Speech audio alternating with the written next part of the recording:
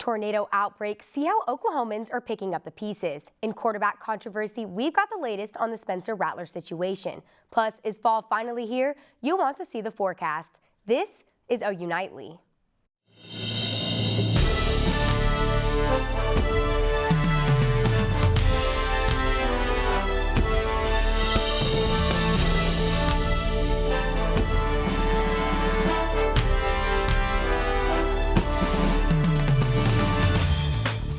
Hello, thanks for joining us for OU Nightly. I'm Katie Arata. And I'm Mecca Thompson.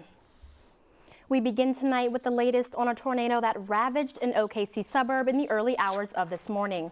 Our Alyse Jones was in Mustang and joins us now with the latest on the damage and how people are reacting. I'm in Mustang, Oklahoma, taking a look at the storm damage after a tornado swept through this area earlier this morning. As you can see, there's flipped over vehicles, there's trash scattering the neighborhood, and over here there's even a roof that's been taken off of this house, but crews have come out extremely early and have been super helpful to start repairing the damage as quickly as possible. As sirens sounded in the early morning hours, residents took cover, hoping their homes would miss the storm's path. Nearly every house was left untouched, but two side by side in Mustang, Oklahoma. The tornadoes can get a lot stronger than what we saw here this morning. The homeowners understand Oklahoma weather, but have never been directly impacted.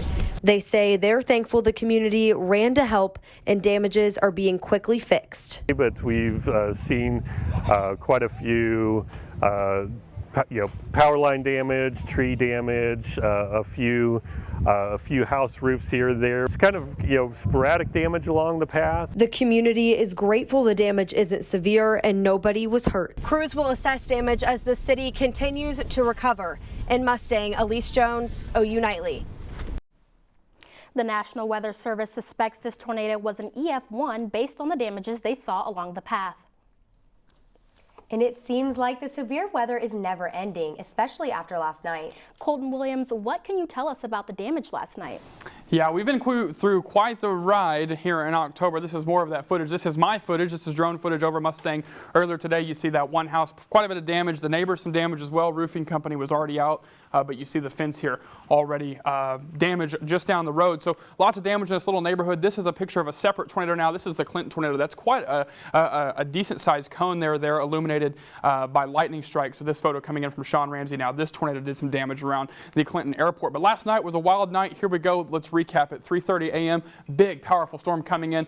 Knocking on the door of the metro at 4:45 this morning. Here you see Kingfisher from down through El Reno, down through Union City, down all the way through Anadarko, all the way really down to Lawton. As this pushes through just a little after 5 a.m. this morning, produces a tornado here in Mustang. That's where we were today. That tornado warning gets extended for a lot of folks. A lot of folks woken up by their phones overnight. That continues on, produces a tornado that tracks all the way through Lincoln County. A couple more this morning, and then it's out of here by today. So a couple storm reports. Just 2 tornadoes have been reported so far today. Those numbers are going to go up, ladies, so we'll be sure to keep an eye on that. For now, back to you.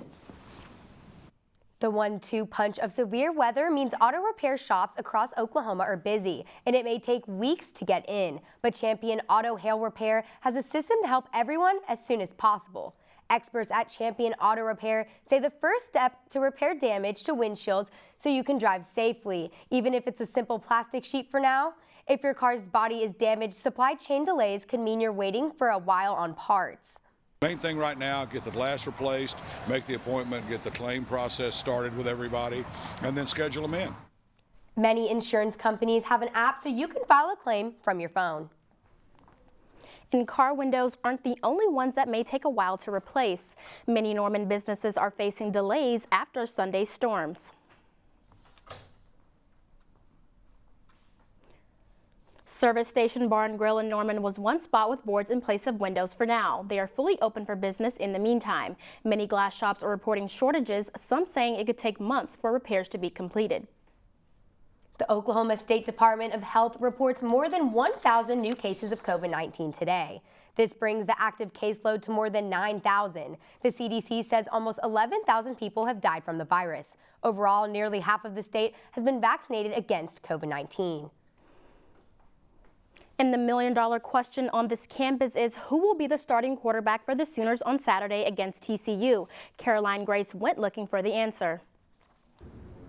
Well, no matter who you ask on campus, everyone has an opinion on who should lead OU's offense on Saturday, Spencer Rattler or Caleb Williams.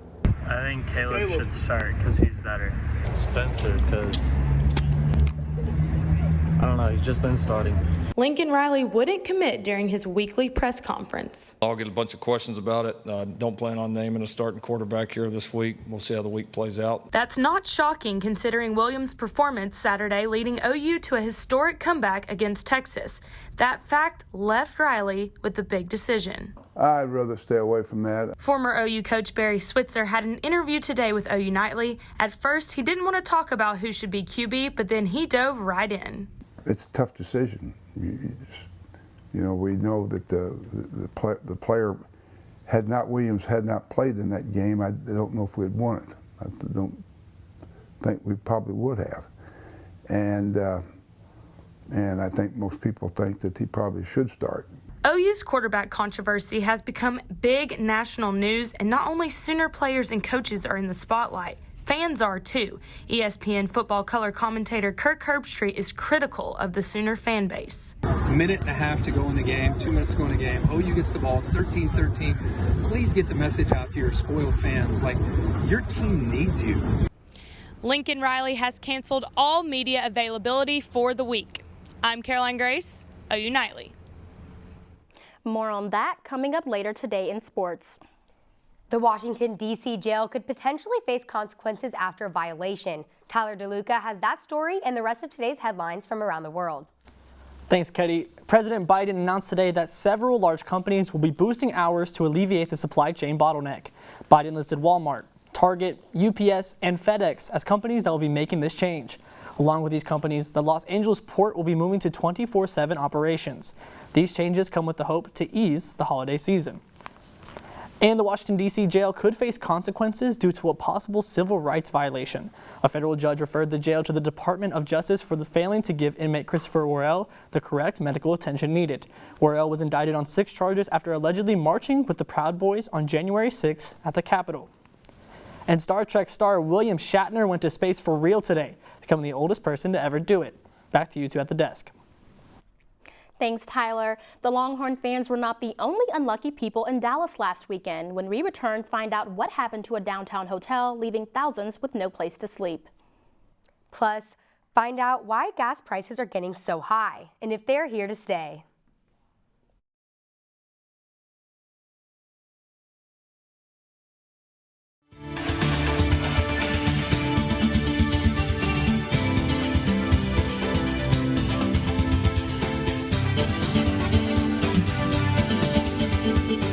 The guests of the Crowne Plaza in downtown Dallas were given a wake-up call like no other Saturday morning. The popular hotel for students during OU Texas weekend was damaged and flooded, forcing evacuations of all rooms. One OU student says guests were left confused and looking for a new hotel room on one of the busiest weekends of the year. I talked to the hotel manager for a quick minute, asking her what was going on and like, why is my floor flooding? And she had explained to me how another guest had hit a sprinkler head and on a ceiling, and it just caused all the pipes to start bursting and water to start flowing everywhere. The hotel is reimbursing those who were unable to stay there Saturday night.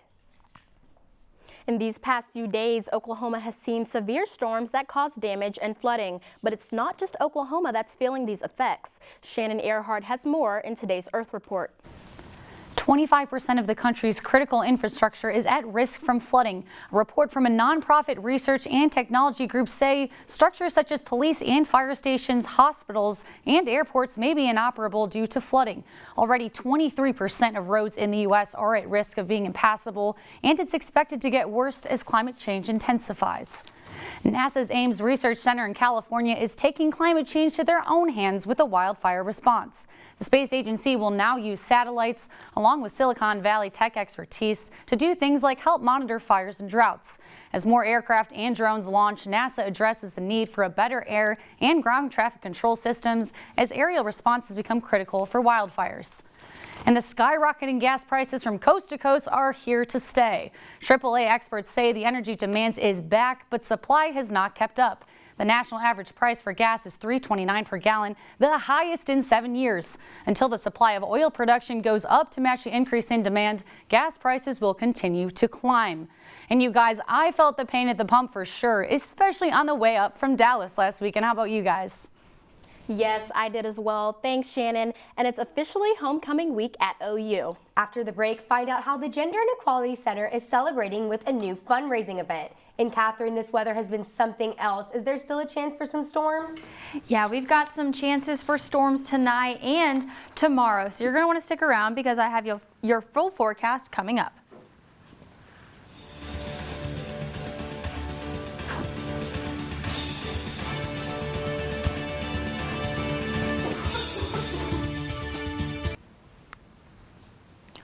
Welcome back to OU Nightly. Right now we have got beautiful temperatures and a beautiful day for us in Oklahoma City. We can see it's partly cloudy. Temperatures are in the low 70s and the dew points are very low, so it's feeling gorgeous outside, and that's the case for most of the state with temperatures in the lower 70s and some places in the upper 60s. But look at Idabel sitting in the 80s, a bit of an outlier, but we do have some moisture in the southeastern part of the state. We can see it right here, but what we're really going to be looking for is this moist air down in Texas. This is going to be moving into the eastern part of the state later tonight and bringing with it some thunderstorms. But right now we're looking at our live radar and we can see some leftover of the storms we had this morning. These storms don't have as much severe weather. We can see a bit of a severe warning there in the southeastern part of this state. But then speaking of this morning and the last couple of days, we saw a tremendous amount of rain across the entire state here in Norman, over 2.5 inches of rain. We needed that because we had such a dry last couple of weeks, but the rain is not done yet because, like I said, tonight we have a chance for some thunderstorms in the eastern part of the state. That's going to move out as we move into tomorrow. We've got a chance for a couple of pop-up storms, but the last round of severe weather could impact us tomorrow night here in Norman and in Oklahoma City. We've got a little bit of pink, so that could bring some hail and some damaging winds, but you're going to want to keep an eye on that as we move into tomorrow. But rain chances tonight, we've got a pretty good chance to see some rain, not as much as that eastern part of the state, but beautiful temperatures tonight and tomorrow, But as we look at our 7-day forecast, we've got gorgeous temperatures for next weekend. Saturday is going to be game day and it is going to feel amazing. And then next week, we've got temperatures in the mid 70s. Ladies. This week is homecoming and the Gender and Equality Center is excited to launch their first ever Proudly Gleaming fundraiser event to celebrate. Since 2003, the GEC has hosted a fundraiser dance known as the Pink and Black Ball, with proceeds going towards breast cancer awareness. This new event will replace the ball and will provide a new and updated experience that better aligns with the GEC's mission. It's not exclusive to the LGBTQ community. It's really for campus at large. It's going to have a little bit of everything. We're going to have a DJ, some dancing. I'm sure people will be singing along to Taylor Swift. Tickets can still be bought for $15 and $20 at the door. The event begins at 8 p.m. tomorrow in the Molly Shybourne Ballroom. And lots of controversy heading into this week's game. Nirali, anything you can add about that? Yes, ladies, the OU quarterback situation is making headlines this week prior to their kickoff on Saturday. Plus, history is made last night on the ice. Stay tuned. Sports is next.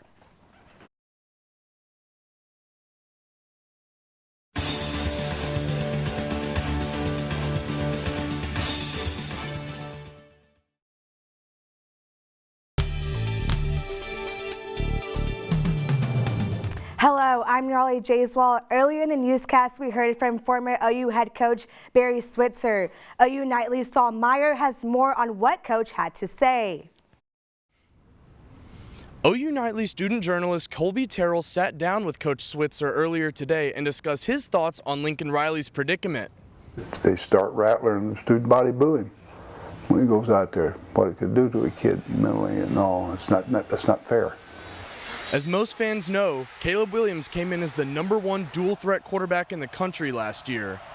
I was told that by a coach, a friend that coached with me, is in the Hall of Fame, is my offensive coordinator, who is at the elite 11 every year of the top quarterbacks in the country. And he told me when we signed this kid out of Washington, Caleb Williams, that he was the second best quarterback he had ever seen in that camp that he'd coached many, many times. If you want to know who's starting under center, Coach Riley said to tune in Saturday night at 6:30. Saul Meyer, OU Nightly. One player who might be happy to see Spencer Rattler as starting quarterback is wide receiver Marvin Mims. The last TCU game was a big one for Mims as he caught 4 passes from Rattler for 2 touchdowns and it had a total of 132 yards. This was the first time that Mims went over the 100-yard mark. While Saturday is OU's homecoming, that game in Fort Worth was a homecoming for Mims. Situation where COVID was happening, I didn't really get to go home, so to be back in Fort Worth, only 40 minutes away from Frisco, it was pretty nice. And also I had a huge breakout game that game, which gave me a huge boost of confidence, you know, going into the rest of the season. So yeah, it was a real special game for me last year. And now for the MLB, the Atlanta Braves clinched a 5-4 win over the Milwaukee Brewers in Game 4 to advance to the NLCS. The Braves will face the winner of the Dodgers and Giants series. Over in the American League, the Astros booked a spot in the ALCS for the 5th season in a row after a 10-1 win over the Chicago White Sox. Their next challenge will be to take on the Boston Red Sox. History was made last night as the NHL dropped the puck on their new season. The Seattle Kraken, NHL's 32nd franchise, made their debut against the Vegas Golden Knights in the desert. Forward Ryan Donato scored the first goal in Kraken history, but the team lost 4-3. They'll look to capture the franchise's first win in their next game this Thursday night. This week's winner of the Whiner of the Week seems to follow a trend of NFL coaches. John Gruden stepped down earlier this week as head coach of the Raiders after he was exposed for his homophobic and misogynistic remarks over email. Gruden also expressed some racist views and had some choice things to say about Commissioner Roger Goodell. While he might not have whined, he did deserve to get called out by us. So now John will have plenty of time for offensive emails and a few glasses of wine. Ladies, I'm sure you don't want to join him. That is for sure. Thank you, Nirali. And Halloween is getting closer and closer every day. We're halfway through October already, so I'm so excited to get into the Halloween spirit. I know, so am I. I used to carve pumpkins as a kid all the time, but I haven't gotten around to it this year. Hopefully I can go pick up a pumpkin soon. Yes, hopefully this weather's not too hot so they won't die on us. Yes, and find out how the city of Sleepy Hollow is getting into the spooky spirit when we return.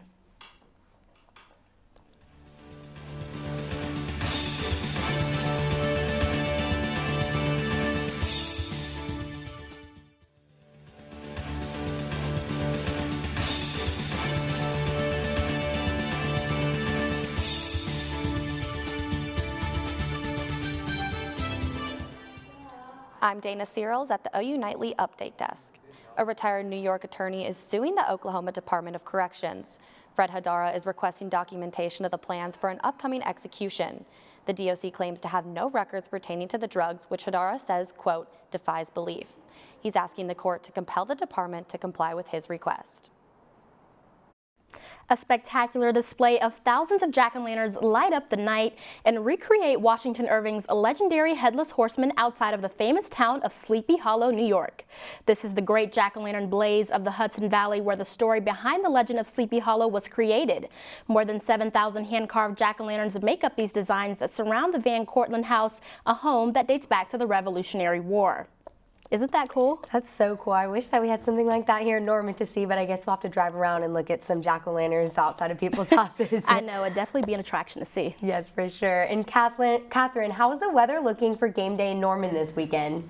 It's looking great, and I'm so excited for the game, not only because it's a night game, but because we won't have temperatures in the 90s, thank goodness. We're going to see temperatures at kickoff time at 6:30 in the low 60s, and temperatures are going to continue to decrease as we move throughout the game, but we're going to have sunny skies, and as the sun goes down and the lights come up, we have temperatures in the 50s, so you're going to want to probably bring a light jacket with you to the game because it could get a bit breezy breezy during the game as well. But like I said, Saturday is going to be a gorgeous day for us with that homecoming game. And then as we move into this next week, we are going to start to see those temperatures increase. I'm super excited for the game. Ladies, what about you?